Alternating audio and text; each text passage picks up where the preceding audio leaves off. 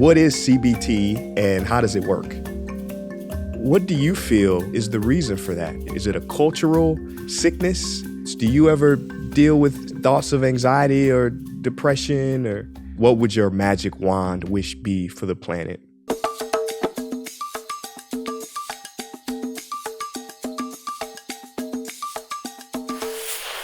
I always like to start these off with, what are you excited about? What's exciting you these days?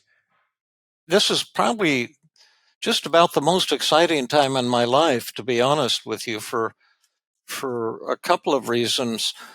First, when I started out in psychiatry, way back in the 1970s, I had this fantasy and I really want to create this thing that someday there would be like booths in grocery stores or various places that you could just go into, and then there would be a hologram of a shrink there, this tremendously talented shrink that would talk to you and be extremely helpful to you. And I've always wanted to create an electronic version of myself and make that available to people. And over the years, after Feeling Good came out in 1980, and that really described what in the day was tremendous revolutionary advances in psychotherapy for depression and anxiety. And then there's been 40, 50 years of research and development since that time. So there's new innovative techniques that are even more powerful than the techniques I had in those days. And so I've thought, man, if we could just get an electronic version of this, we could make it available to people all over the world. And now that's kind of becoming a reality because some fellows approached me 3 years ago, Jeremy Carmel and some others who have joined us, and we're creating that now. And we have a kind of an electronic version of me. And now that AI has come in, you can hardly tell that it's not me having a live therapy session with people. I've gotten in my own work to where when I work with people, I for the last 20, 25 years, I just been working for people for free, kind of as volunteer work, you might say. But I only see people for 1 2 hour session. And I try to complete a course of psychotherapy in 2 hours. So if they're depressed, they'll become completely undepressed or whatever they're struggling with. And I can usually do that. And if this electronic version will be even nearly that effective, it could just transform the whole world of psychology and psychiatry and Wow. delivering mental health Wow. to people. When I was at my hospital in Philadelphia, we had an inner city hospital. The president of the hospital said, "David, would you create a department of psychiatry for us?" And I said, "Well, yeah, I'll do that as part of my volunteer work for the university, but it has to be something radically new." I said, "There's been research on my book, Feeling Good, and if you just hand it to someone who's depressed, there's a 50 to 65% chance that within 4 weeks they'll be symptom free and they won't need treatment." And I said, we could just have groups based on that book. In fact, I could write a new book for you, and it would be like 10 group sessions for people who are depressed. And then we could, just treat everyone in groups, and it would be really cheap. And there's so many people in this neighborhood who are, struggling with drugs and gangs and homelessness and depression. And we could just build a tremendous program. And so we built that program. And again, people didn't have to pay to come into it, but they would come in, and it was an overnight program, but it wasn't like a hospital. It was just like an intensive learning thing. It really went great. And then I was thinking, boy, I wish I could get something like this available to everyone. And now it looks like we have, an awful lot of that created already. So that's one of the things I'm really, really excited about. First of all, that's amazing that we're going to scale you. You wrote the book on CBT literally, and that's awesome if people could get a chance to interact even with a digital version of yourself, and it'll last forever, right? I mean, it'll learn, and through machine learning, and it'll adapt. That's technology being Yeah, used this yeah, way is that's the incredible. thing. When I train human therapists, they're really tough because they have to unlearn all the things they've been taught, and they're kind of stubborn sometimes, and they're not as flexible as they might be. But the computer does exactly what I tell it to do. So it's like I finally found my ideal student. But if any of the listeners are interested, it's the beta testing is just completely free of charge. Almost everything on my website is free. The website's feelinggood.com, and the app is called the Feeling Good app, and you can sign up for a beta test on the website if you're interested. You could do it too if you were interested and see kind of what we're up to. Oh, I'm definitely gonna do it. I mean, I'll let me say that I read your book maybe 5 years ago, Feeling Good, the New Mood Therapy, and it changed everything. I mean, it opened my eyes. I had been familiar with, Albert Ellis with REBT, Rational Emotive Behavioral Therapy, and that was super powerful for me. His principles of masturbation. I think he said masturbation is good and delicious. Masturbation is evil and pernicious.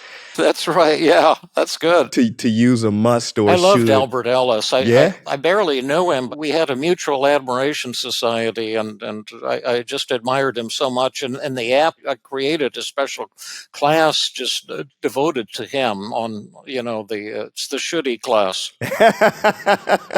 We just beta tested it on about 60 people, and it's just a real short thing. You can complete it in 2 hours, but it caused tremendous reductions in depression, anxiety, like 60, 55, 65, 75% reductions in depression, anxiety, uh, inadequacy, guilt, shame, loneliness, hopelessness, and anger. And it also caused about a 45% reduction in perfectionism. Wow. And so I was, because shoulds are like into perfectionism. I shouldn't be so screwed up. I should be better than I am. Other people shouldn't be so screwed up. The world shouldn't be so screwed up, and how we make ourselves miserable with those things. But Ellis was controversial, and I never thought he got as much credit as he deserved. Uh, but he was totally awesome. He was a wild guy. Yeah. But brilliant. I loved it. I love the songs that he created, and he was. I mean, I wasn't around. I think I was born in '88. I was young, I guess, when he was doing his thing, but just watching his interviews back, reading his book, How to Stubbornly Refuse to Make Yourself Miserable, I think was his book. Yeah, I was just going to give more praise. He was just really awesome. I think he was in his own way enlightened, and he had a strong vision, and he either loved him or hated him, and because he was just really extreme in the things that he said. I just loved him. I thought sometimes he was a little over the top. I am too. Most of us are. But he kindly invited me to go and spend a day with him once in New York. I lived in Philadelphia at the time, and he said I could bring a colleague. So I brought a friend, Tony Bates, who was an Irish guy who was working with me for a while in Philadelphia at the Presbyterian Medical Center, where I had my clinical practice. He was just very kind, and he showed us around his institute, and then he sat down and said, you guys have any questions for me? And I said, well, Wayne Dyer, attended one of your workshops and then stole your ideas and wrote your erroneous zones and made millions of dollars. And he never gave you credit. He was kind of a con man, really. And doesn't that piss you off? And he said, no, David, I never get angry.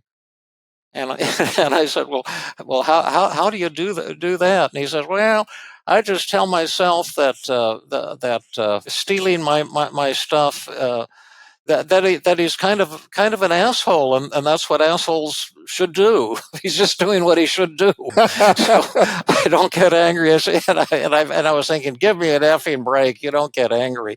Of course you get angry and pissed off. Why don't you just admit it?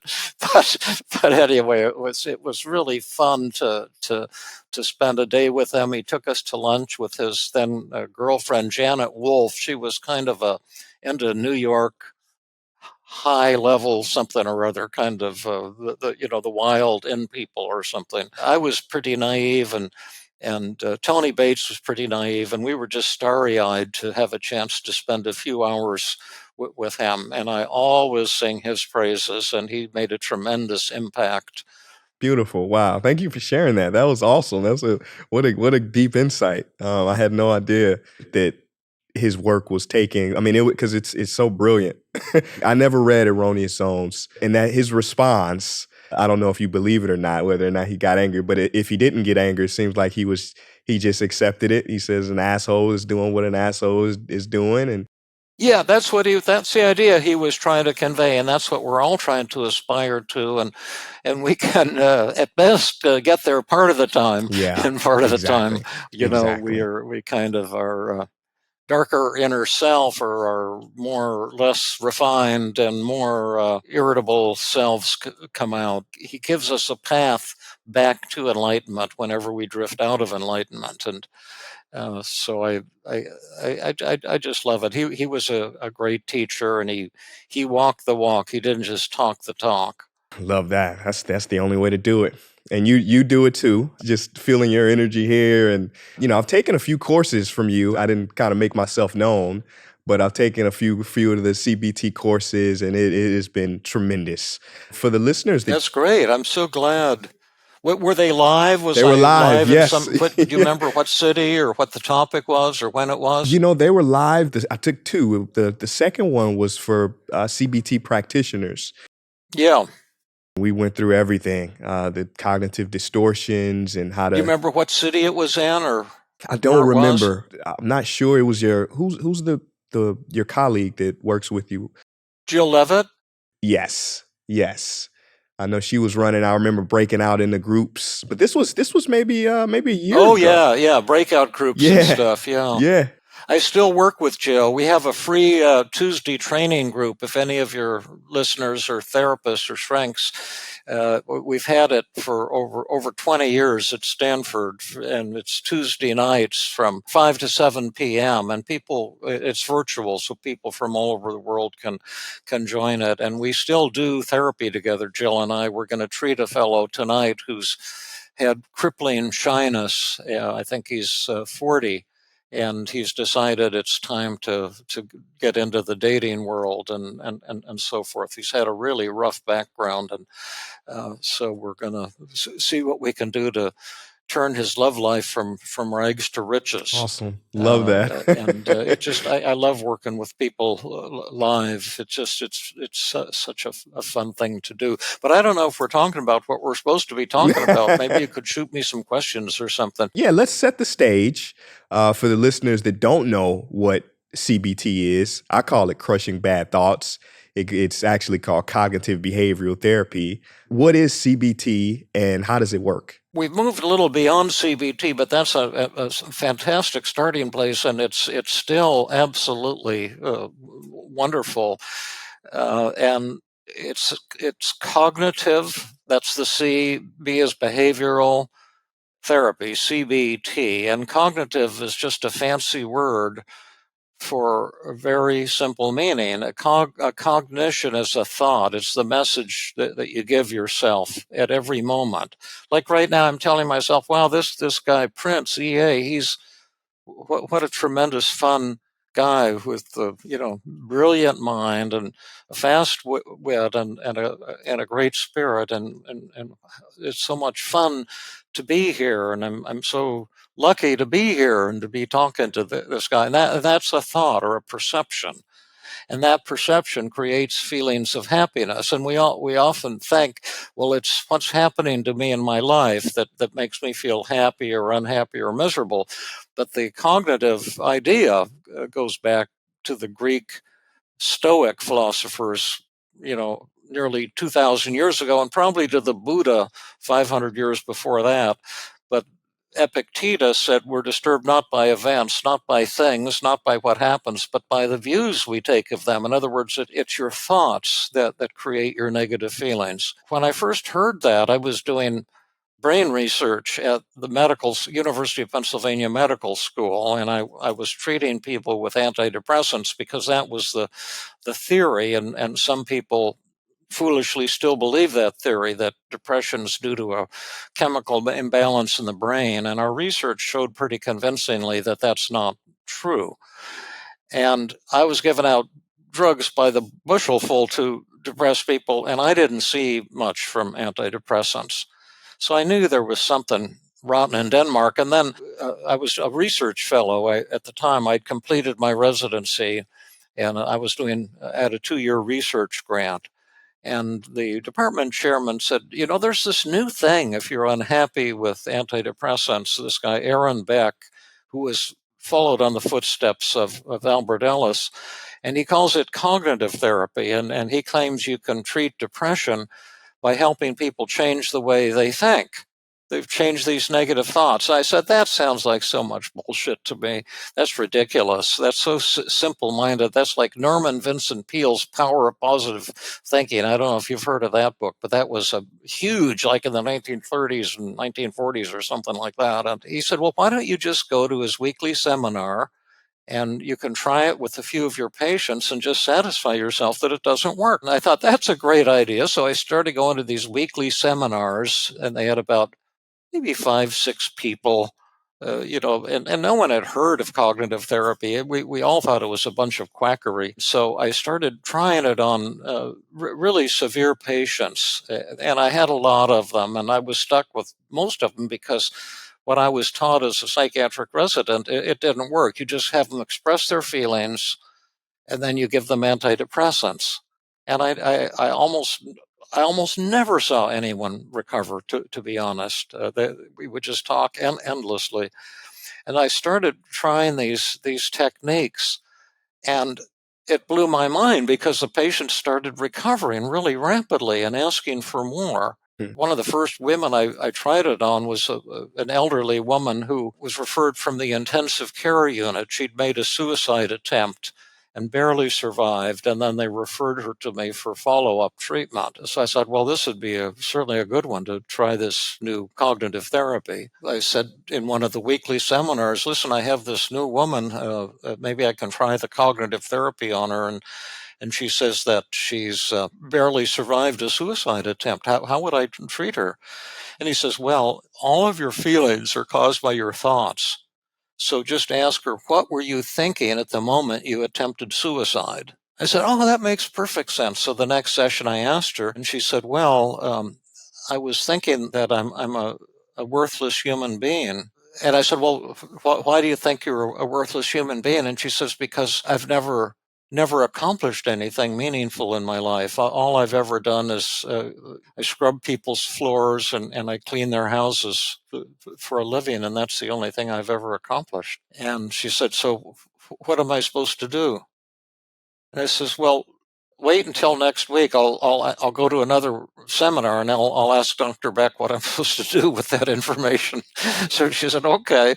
So I went and asked him, and he said, oh, well, that's easy. Just ask her to list 5 things she has accomplished. And I thought, gosh, that sounds logical. So I went back, and she said, what'd you find out? And I said, well, Dr. Beck said that you should list 5 things that you have accomplished, or just tell me about 5 things you have accomplished in your life. And she says, well, see, that's just the thing. I've never accomplished anything worthwhile, just scrubbing people's floors.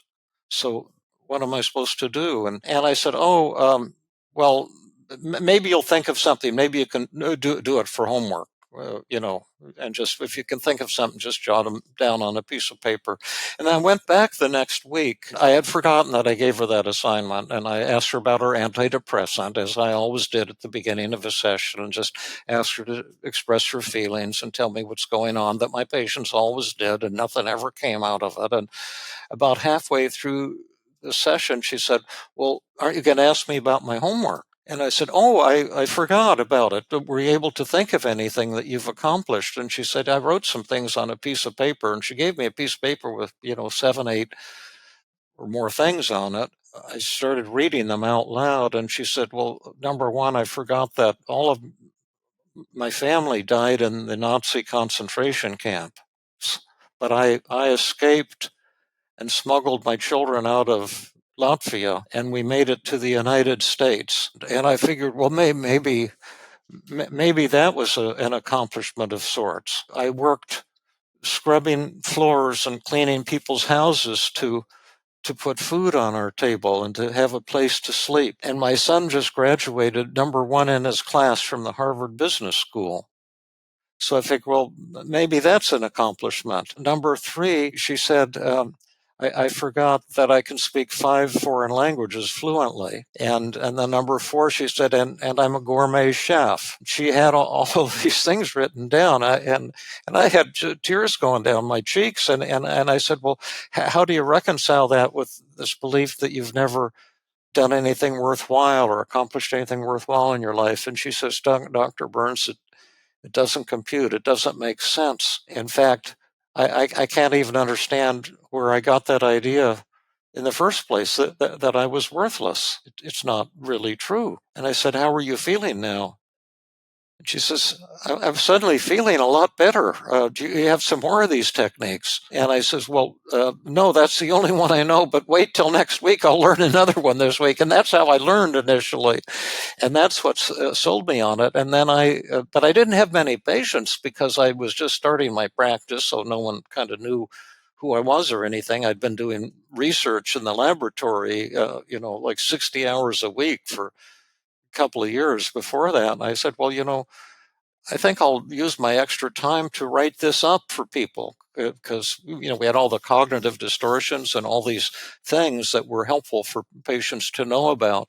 And that's why I wrote Feeling Good. And then, a whole lot has evolved from those days. But that's what cognitive therapy is you feel the way you think. You see, she was telling herself something that was just horrible. It wasn't that her life was no good. It was that she was thinking about it in a very negative way. And then the other two ideas of cognitive therapy is that when you're depressed, what you're telling yourself isn't even true. Yeah. That you're distorting things, like with black or white thinking. I'm a total failure, or self-blame. I've never accomplished anything, or emotional Disqualifying the reasoning. I positive. feel worthless, so I must be worthless, or discounting the positive. What I've done doesn't count, and all of this kind of thing. And then that was phenomenal to me also, that we tell ourselves these lies. And then the final thing is you can change the way you feel. In fact, the very moment you stop believing those distorted thoughts, in that very moment your feelings will change. And that's what happened to Elise, this elderly woman. And I saw that over and over again. And I said, this is a message that could really change the world. And it did. When I wrote Feeling Good, there were about a dozen of us in the world, cognitive therapists. And then since that came out, cognitive therapy has become the most popular form of psychotherapy in human history and the most researched form of psychotherapy. But meanwhile, I've zoomed off in new directions. I still use all those wonderful cognitive techniques, and I've developed over 100 of them. But we've developed new ideas in addition, because some people resist. They kind of fight the therapist. They yes but the therapist. And so I've developed new techniques to melt away resistance in people. And this has ushered in an era where ultra rapid change is now possible. Wow. So you don't have to wait weeks or months in most cases, to profoundly change the way you think and feel. Wow. Incredible. Incredible. We've got all these new techniques. We've got all of these medications in the world, and yet we still see depression rising and rising and rising, anxiety rising and rising and rising. What do you feel is the reason for that? Is it a cultural sickness? Is it how we're taught to think? I don't know the answer. I do a lot of research, and that's another great thing about having the app is we get a lot of data when we do the app, because we measure people's feelings and thoughts every 5 or 10 minutes while they're using the app. We've been able to learn how people change, and what I've learned is how to help people change the way you think and feel. When it comes to causes of things, I don't know. I think we still don't know the cause of depression or anxiety. A lot of people are looking to social factors and all the hatred too that's going around socially. Half the people hating themselves and half the people hating somebody else. It's just kind of a frightening era that we live in. I don't know to what extent depression and anxiety and all this self-abuse we heap on ourselves is genetic or whether it's learned. I can tell you what Ellis thought. Okay, yeah, I'm curious. What did he think? He thought it was 100% genetic, that you're born a perfectionist or whatever. I thought that was interesting, and I wouldn't rule that out at all. But there's probably powerful genetic things going on. There's all these social factors. There's all of the hatred that if you're the wrong color or the wrong gender, or you're not living up to somebody's idea of how human beings are supposed to be, there's going to be people hating on you, and like the governor of Florida, Ron DeSantis, he seems to want to put people in boxes and judge them and hate them and punish them. We're in a really frightening era, to my way of thinking. I thought of offering free woke classes to people in Florida. Free woke Because he classes. thinks I love that. woke is so awful.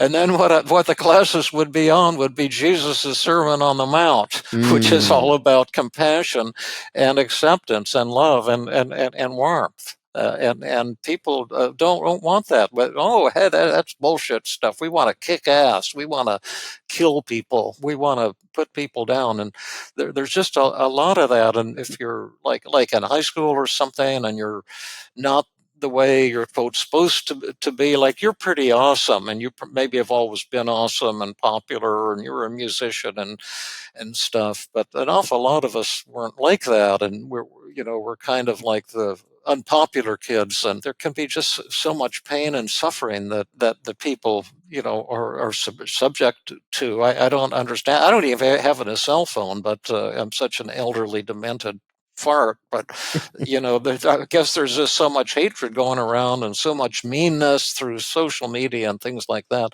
But my focus is more on rapid recovery, rapid transformation of people, because other people's negative thoughts or feelings or statements about you can't affect you unless you buy into them. So there's a tremendous amount you can do to change the way you think and feel and experience great joy and convey that joy to others. And that's kind of where I've committed myself. It's very healing, these therapies, these processes, to the individual and by and large to their community and to the world. My whole philosophy is that there's only two reasons why we do anything, only two energies, and we either do something out of the energy of fear or the energy of love. And when you start talking about divisiveness or hatred, this is a restricted energy of fear, of people trying to protect something.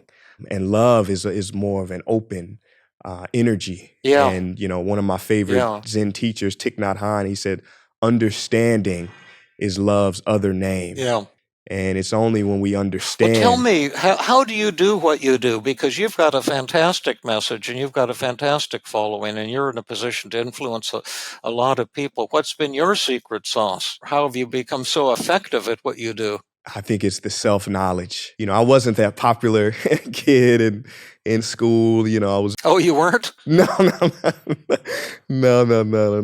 I can wear the mask and act, very like extroverted, but I naturally lean towards a more introverted lifestyle.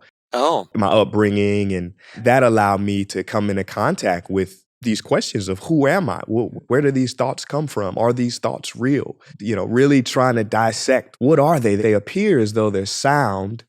And so I got into anthropology. I got into psychology, psychotherapy. I've studied all the spiritual traditions, and they're all kind of saying the same thing. I study stoicism, and right. When you change the way you look at things, those things you look at change. And it's really about getting in touch with the self for me. So I think my success came from understanding that I'm not these thoughts, that I'm not these negative thoughts, that these thoughts, they come and they go, and I am Yeah. the witness of them, and I can choose which ones to believe in.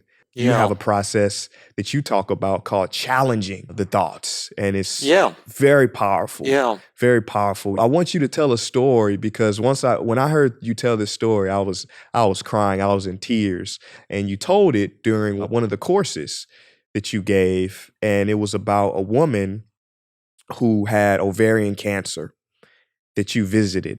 Oh, yeah. I'd love for you to Yeah. Oh, share yeah. that I one. was just we've got her in our app, and I was just working on her story with a colleague this morning. Wow. Wow. And I'd be glad to tell that because, but I just want to say that you're so very likable because you're humble and positive and warm and open, and you're kind of a blessing. But in the early days, a colleague said, would you mind, we have an administrator in the Department of Psychiatry, and she's pretty depressed. She just was, admitted to the hospital, and she's got terminal ovarian cancer, and she's really depressed. And could your cognitive therapy maybe help her? And I knew who she was. She was this woman who was very very lovely woman. She was the kind of person who liked to help other people, help the students with their research, and she had a big house in Upper Darby. She was in her 40s. She had never married, but she had several relatives living with her who she was helping out. They had like disabilities like multiple sclerosis, and I said, sure, I'd love to see her and go see her today and to see if I can do anything to help her. And so I went and saw her at her bedside, and she had gone to her 6 months OBGYN exam, and they found a mass in her pelvis and said, we want you to come into the hospital so we can biopsy it. And it was ovarian cancer, and it was, kind of terminal. And in those days, and maybe I think today they might have some treatments, but they didn't at that time. And they said she had 2 years to live. And I gave her the Beck depression test, which is the one I was using in those days, and it showed severe depression. And she and I connected really well, really rapidly. And I said, well, would you want some help if I could give you some help today with your depression? And she said, oh, absolutely, she would. And I said, well, tell me what you're thinking. The cancer's a bad thing, but what makes people depressed is the messages we give ourselves, not the actual event. And she said, well, I've been telling myself three things. Number one, I'm letting my family down. Number two, they can't survive without me. And number three, it's my fault that I got cancer. You can see all those so-called cognitive distortions or thinking errors in her thoughts right away, like self-blame. It's my fault I got cancer. I'm letting my family down. Mind reading. She's assuming that her family feels let down. Uh, kind of all or nothing thinking. If I'm not helping people all the time, then I'm a failure. And hidden should statements. I should never need the help of others. I should always be helping others. All this stuff. But to cut to the quick, I said to her, in the app, I call her Amy, so we'll use that name. I said, Amy, let me ask you a question. Let's imagine that there was a woman right next to you here in the hospital, and she was in a private room. But say you have another patient in here, and that she is just like you. She looks like you, and she's your age. She's in her 40s, and she suddenly just was given the diagnosis of terminal ovarian cancer. What I'd like you to do is turn to her right now and talk to her the way you're talking to yourself. Just say those exact things. Tell her you're letting your family down. They'll never survive after you're gone. They can't survive without you. And it's your fault you got cancer. She looked at me really puzzled, and she said, oh, Dr. Burns, I couldn't say those things to another person. And I said, well, why not, Amy? And she said, well, because, I'm a Christian lady, and I don't believe in hurting people, and that would be cruel to say something like that to a woman who's just gotten cancer. And I says, well, if your philosophy is that you don't hurt people, you hurt people. It seems to me like you're hurting yourself because you're talking to yourself like that. And she said, oh, I see what you mean. And I was pointing out to her, she was like so many of us, has a double standard. When she's upset, she's beating up on herself. And when someone else is hurting, she's very compassionate. And I said, but since you're religious, doesn't it say in the Bible, the truth shall make you free? And I wasn't sure about that. I was guessing. But she said, oh, yeah, that's in the Bible. And so I said, well, do you think it's important to tell the truth? Are you the kind of person who lies or tells the truth? And she says, I always tell the truth. And I said, well, then you have to speak the truth to this woman next to you, because you told me you believe those three thoughts 100%. And since they're 100% true for you, they must be 100% true for her. So turn to her right now and say, it's your fault you got cancer. You're letting your family down. They'll never survive without you. She says, Doctor, I still can't say those things. And I said, why not, Amy? She says, because they're not true. And I said, oh, tell me why. And she says, well, in the first place, her family doesn't feel let down. They love her. They feel sad. They're going to miss her when they lose her. They're grateful for all that she's done for them. And I said, how much do you believe that? And she says, 100%. And I said, now how much do you believe this idea, I'm letting my family down? She says, that doesn't make sense. And I says, but how about this one? You said they have disabilities, and this must be true to tell her that your family can't survive without you. And she said, no, that's rubbish also. And I said, why is that? She says, well, they have good coping. They're strong people. I've been helping them, but they help themselves, and they'll survive after I'm gone. And I said, okay, but it's your fault that you got ovarian cancer. So tell her that it's her fault. That's baloney too. I says, why is that? She says, scientists don't know the cause of ovarian cancer. I couldn't give it to myself if I wanted to. Mhm. And I said, well, how much do you believe those thoughts now? She says, I don't believe them at all. I said, well, how are you feeling now? And she says, my depression is gone. And that was one of the fastest recoveries I've seen. Although over the years, I've seen that type of thing happen more and more often, just really rapid recovery. And it was so heartwarming to be able to give her that gift. And I saw her from time to time over the next 2 years. Her depression didn't come back. She continued to work. She felt happy. She felt loved. But sadly, massive metastatic cancer hit her just right on time 2 years later, and she was hospitalized again and died of cardiac arrest in the hospital. And it was sad to lose somebody so loving and so giving. I felt at least some small sense of joy that she didn't have to spend the last precious 2 years of her life feeling depressed and anxious and guilty and ashamed and worthless. Instead, she felt worthwhile and loved. And that's kind of on a technical level how cognitive therapy works. The moment you recognize that what you're telling yourself isn't true, and you crush those thoughts, your negative feelings will change. On a human level, it's we all suffer. When you can touch the suffering of another person and give them the blessing of relief, it's a tremendous gift to the person that you're helping, but also a tremendous gift when you're in the position of being able to help the healing for someone. I've been blessed in my career to have see that happen over and over and over with people from all walks of life, and everyone is different. We have different skin colors, different religious beliefs, or not religious at all.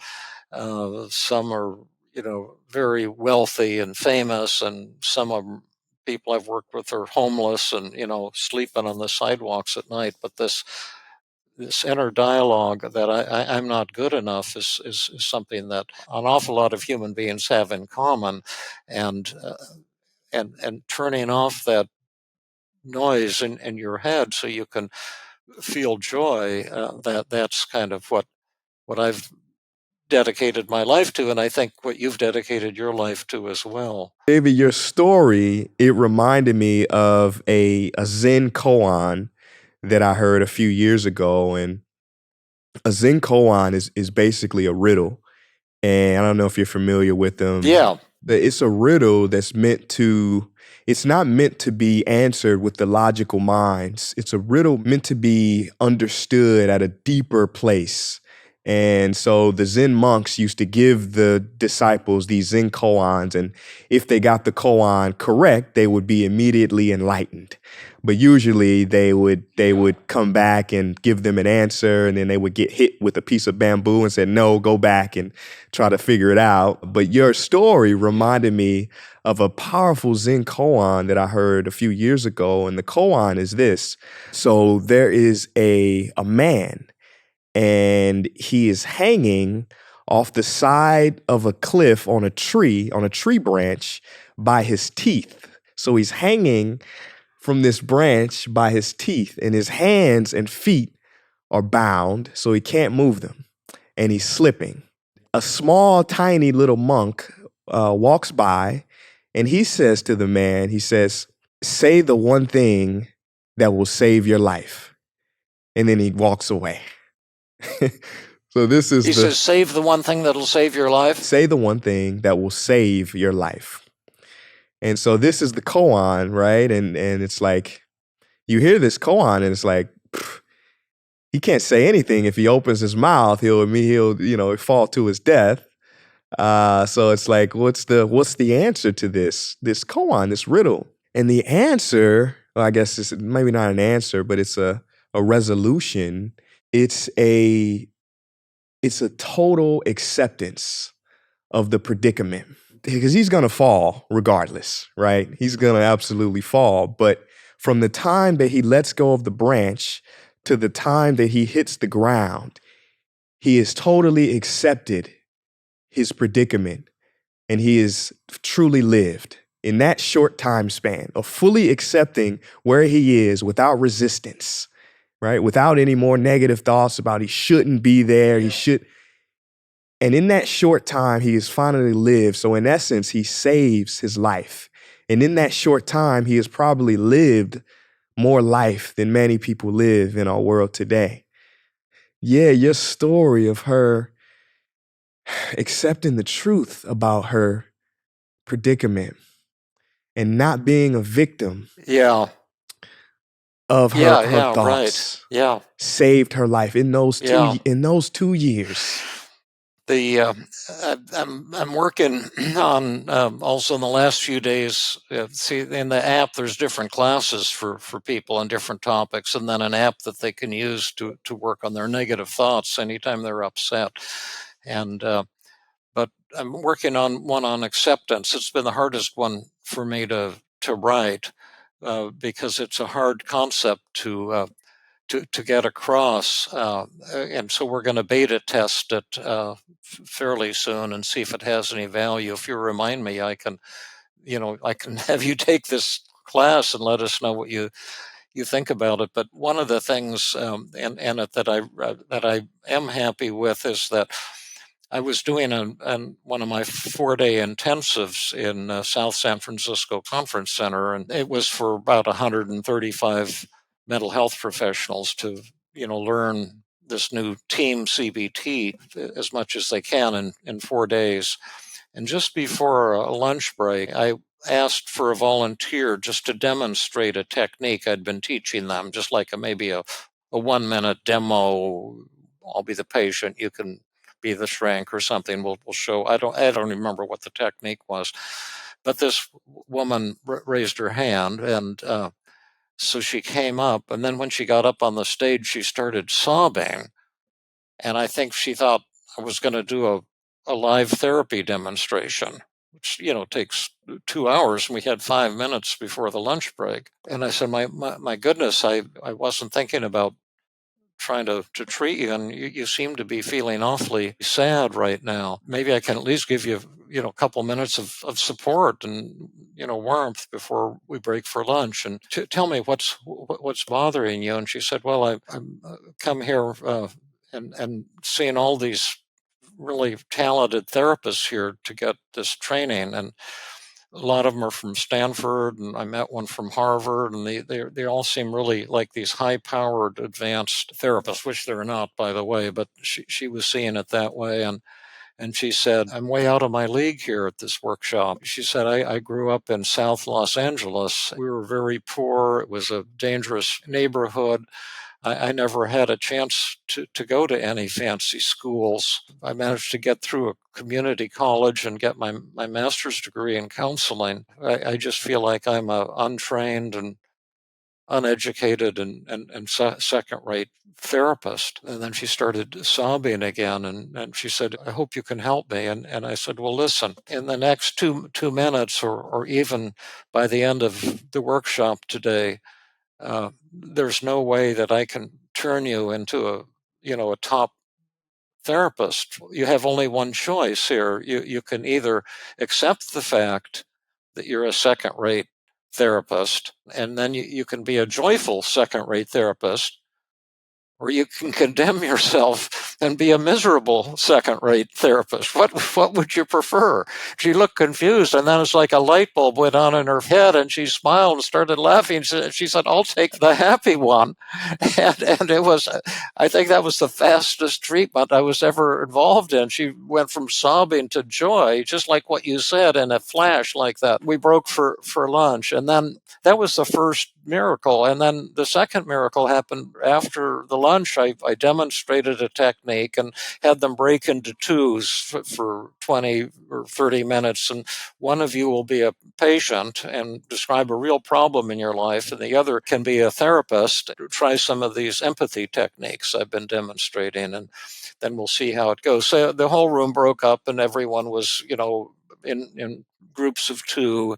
One was expressing problems, and the other was trying to be helpful. After that 30 minutes, I said, now, would any of you want to tell us what that was like for you, if you were the patient or the therapist, and how it went? And this woman was raising her hand, and so I called on her first, and she says, I want you to know that I think I was just treated by the greatest therapist in the world. It was totally mind-blowing experience, and my therapist just changed my life in 30 minutes. And I said, who was she? And then she pointed it, and it was this young woman that had come up before the break from South Los Angeles. And I just started crying when I saw that. And everyone stood up and gave her a standing ovation. And she had just been selling herself so short, and thinking I'm not good enough, and looking at all of her flaws and faults, and seeing everyone else is so, superior and advanced. But she didn't realize the gift of healing that she had inside of her. So that's just such a message that can happen to anyone, and it's so amazing when you get a chance to see people go it's like from a caterpillar to a beautiful butterfly, just like that, when you accept yourself. But it's so hard for people to get it, and then people fight, and they say, oh, this is a con, this can't be. And we all know that change takes years, decades type of thing. And so I sometimes get a little bit of pushback, pretty intensely sometimes, from colleagues who don't like what I say or don't like hearing it, which is kind of understandable, I guess. People are trained so differently that, you have to take antidepressants, and you've got to talk for years and years to some shrink and that type of thing. But I've always believed that rapid recovery is really possible for Me too. people. Me too. It's only the thought that it's not that stops us. Yeah, right. There's an old saying that not even the 98-year-old guru is safe from his own thoughts. Do you ever deal with thoughts of anxiety or depression? Or I've had at least 17 different anxiety disorders myself, starting when I was a child. I've had fear of, I can't even remember all the things I've been anxious about, but I had a fear of blood, bees, dogs, horses, vomiting. I've had intense public speaking anxiety, social anxiety, shy bladder syndrome. I had a panic attack once. that's why I love treating anxiety, because whenever the patient says, I can say, "Oh, I've had that too," and I know how sucky that is, and what a joy it's going to be showing you how to overcome that. I love treating anxiety. I'm doing a workshop this Friday. Uh, it'll be a virtual workshop with this J&K Seminars in Lancaster, Pennsylvania. I used to fly out there, but I'm too old for that now. But I still do occasional virtual workshops. That's going to be on social anxiety disorder. Okay. And I just love treating every kind of anxiety, panic attacks and OCD and shyness and public speaking anxiety and phobias and all of those things. It's one of my favorite things. But I still get anxious from time to time. It's just that I have tools now to deal with that. And I have, tons of flaws. And the older I get, the more I become aware of my flaws. And I used to think that, people wouldn't accept me if they saw how flawed and screwed up I was. But now I've found it's more the opposite, that the more real you are, the more people seem to love and accept you. Jill Levitt, who you remember, who I teach with in the weekly group at Stanford, and she really understands this stuff deeply too. And once I was dropping her off at her house after we did some kind of a presentation somewhere, and she said, "I just feel so sorry for these people who think they have to be special, and they don't know the joys of just accepting that you're just kind of a below average piece of shit." She said, "It's the greatest thing in the world." And I really got it. Says, "Yeah, that's great. So great to be below average." Amazing. That's amazing. But people don't want to accept. I'm not going to accept that. I'm going to be special. One of my students was named Matt May, and now he's a clinician here in Menlo Park near Palo Alto, a psychiatrist. And he started coming to me when he was a medical student to my weekly seminar. And then when he was a resident, I supervised him, and we'd spend about 3 hours a week. We'd have pizza and talk about his tough cases, and I would give him tips on how to treat people.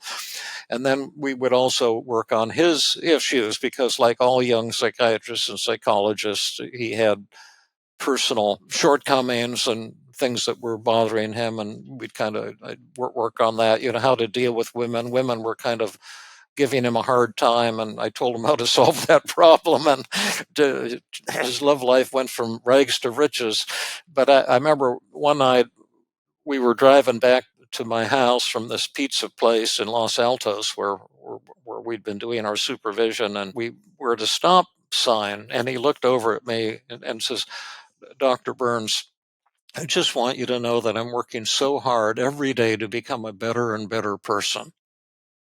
And I looked back to him with equally sincere eyes. I said, "Matt, I just hope you're going to get over that one of these days." And when I said that, he burst into laughter. Then he got his enlightenment. Wow. Powerful. Just self-acceptance. It's such a relief. David, I love your work. You've changed my life. You've changed millions of people's lives. I think the cognitive distortion list should be on everybody's refrigerator and car dashboard. It should actually come with us as we're born into this world to help us navigate it. Because the mind has so many tricks up its sleeve, to the oldest cons, as you say. I want to ask you one last question before we wrap up. It's something I ask, every guest, and it's the magic wand question. So if you could wave a magic wand at the earth, and tomorrow when you woke up, whatever wish you asked for was granted, what would your magic wand wish be for the planet?